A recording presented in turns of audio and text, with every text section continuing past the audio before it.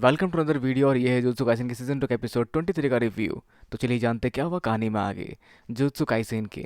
तो कहानी की शुरुआत में आमना सामना होता है गेटो और यूकी का, जहाँ दोनों अपने अपने थ्योरी को लेकर बात करते हैं, जिसपे यूकी कहती है कि हमारा गोल था इंसानों को कर्ज से अलग कर पाना, पर सुगुरु के हिसाब से हमारा गोल था उनको ऑप्टिमाइज करवा पाना कर्ज को। पर सुगुरु का यह मिशन इतना आसान नहीं होने वाला, क्योंकि सबसे ज्यादा कर्ज यूजर जापान के अंदर है और उससे बाहर के देशों में थोड़े कम कर्ज यूजर पाए जाते हैं, और तेनगिन सामा की शक्तियों का इस्तेमाल करके उन सबको भी काबू कर पाना इतना आसान नहीं होने वाला। जहां आम शब्दों में ये माना जा सकता है कि सबसे ज्यादा कर्ज इस्तेमाल करने वाले हैं जापान के अंदर, पर अगर कुछ होता है तो बाकी देश के कर्ज यूजर या कर्ज इस्तेमाल कर सकने वाले लोग भी और ज़्यादा मात्रा में एक्टिव हो जाएंगे, और वहाँ से भी कुछ और कॉन्सिक्वेंसेस देखने को मिलेंगे, जिससे एक शांत और आइडल दुनिया तो बिल्कुल नहीं बनने वाली।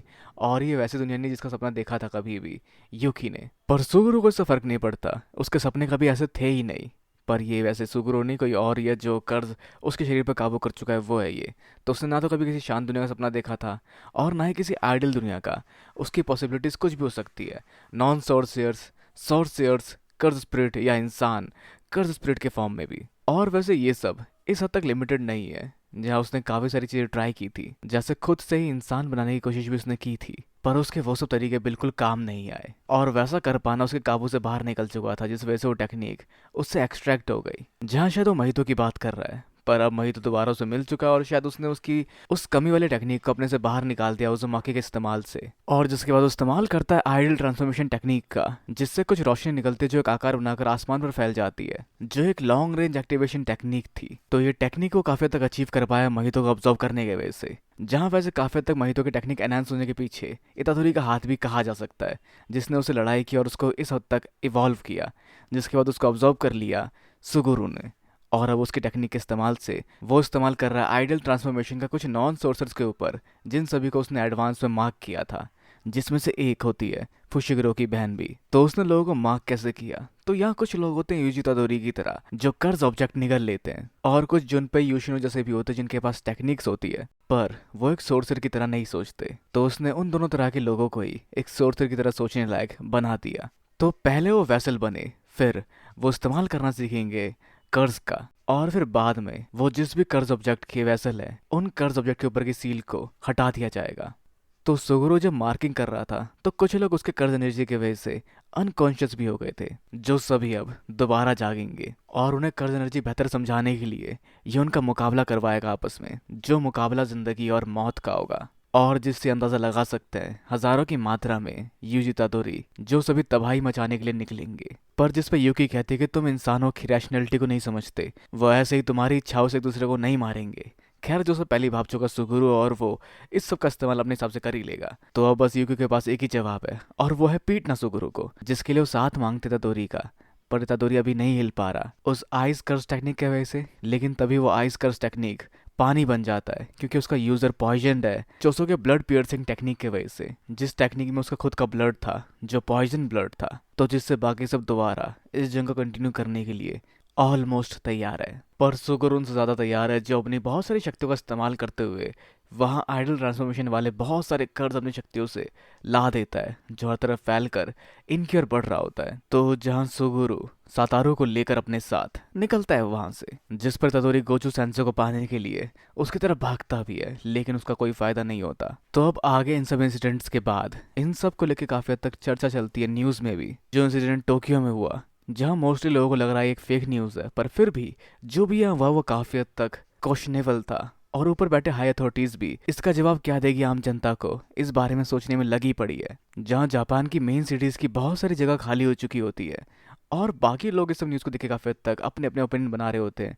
क्योंकि येन का प्राइस काफी हद तक गिर रहा है, जो शायद एक्सपोर्ट करने के लिए अच्छा हो सकता है। जहाँ इकोनॉमिकल ग्रुप्स भी इस सब चीज़ों का फ़ायदा उठाना चाहते हैं। पर खैर, हायर अथॉरिटीज़ या गवर्नमेंट के अंडर के लोग काफ़ी हद तक सब चीज़ों को लेकर फ्यूरियस है कि उन्हें क्या कहना चाहिए, क्या उन्हें कर्ज स्प्लिट के बारे में जनता को बताना चाहिए। पर ये सब जान के लोगों का रिएक्शन क्या होगा, क्या ये सच में कोई मीनिंगफुल सेंस बनाएगा भी। और इस सब के दौरान आगे एक जगह न्यूज़ रिपोर्टिंग हो रही होती है, जहाँ कर्ज स्प्लिट की वजह से न्यूज़ रिपोर्टर और उसका कैमरामैन दोनों मारे जाते हैं, जिस सबको देखकर लोगों को लगता है कि शायद किसी फिल्म का प्रमोशन है, पर ये रियलिटी होती है, क्योंकि अगले पल ही वो लोग भी किसी कर्ज स्प्लिट या ट्रांसफिगर्ड ह्यूमन के हाथों मारे जाते हैं।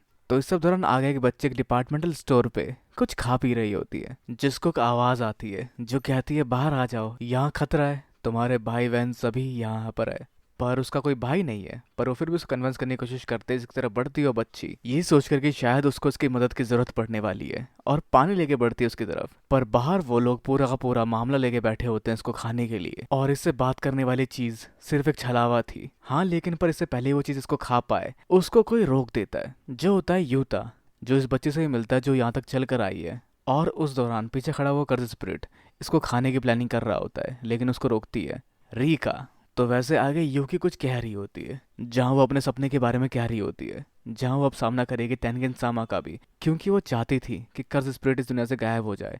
पर ये काफी हद तक उस तरह से नहीं हो पाया। जो आगे शायद किसी से पूछती है तो फिर तुम्हारा प्लान क्या है। लेकिन उस सबको जानने से पहले हम बढ़ते हैं यूता की ओर, जो जाता है मीटिंग में, जिससे मिलते जोत्सुहाई के हायर रूप्स, और उम्मीद करते हैं कि वो उनकी बात मानेगा, जिसको प्रूव करने के लिए उन्हें यूजी तदोरी को मारना पड़ेगा, जो ऐसा करेगा क्योंकि शिबुया में उसने इनुमाकी का हाथ काट दिया, या शायद ये हुआ था सुकाना के वजह से।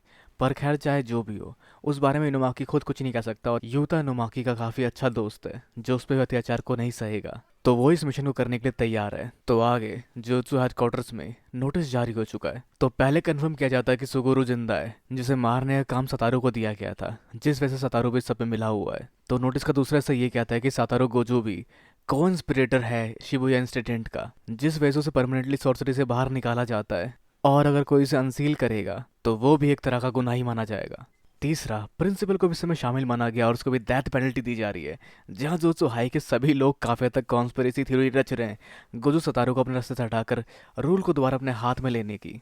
चौथा, यूजी तदोरी पर लगी डेथ पेनल्टी को दोबारा अप्लाई किया जाता है, जो कि कुछ समय के लिए हटा दिया गया था। और पांचवा, इस काम को करने का यूता। तो इन सब नोटिस को जानने के बाद हम आगे बढ़ते कहानी में, जहाँ हम देख पाते हैं यूजी तदोरी को, जो एक ब्रिज पर खड़ा होकर ताली बजाता है, जो काफी हद तक तोतो की टेक्निक की तरह लगता है, लेकिन वैसा कुछ होता नहीं है।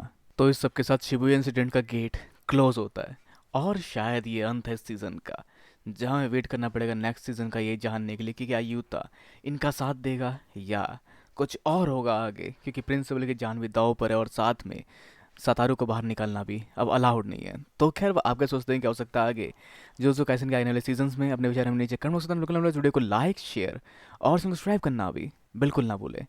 पर वैसे बहुत सारी चीज़ें और छूट रही है, जहाँ मुझे आगे ब्लैक क्लोवर को भी कंटिन्यू करना है, और साथ ही बहुत सारा टाइम और निकालना है बाकी एनिमेस को कवर करने के लिए, जो अभी फ़िलहाल मैं नहीं कर पा रहा, पर उसको भी ज़रूर दोबारा रिन्यू करेंगे। और इस सब के साथ हैप्पी न्यू ईयर आप सभी को, और बहुत सपोर्ट दे रहे हैं आप सभी इस चैनल को, उसके लिए बहुत बहुत धन्यवाद आप सभी का। तो खैर तब तक के लिए मिलता है अगली वीडियो में।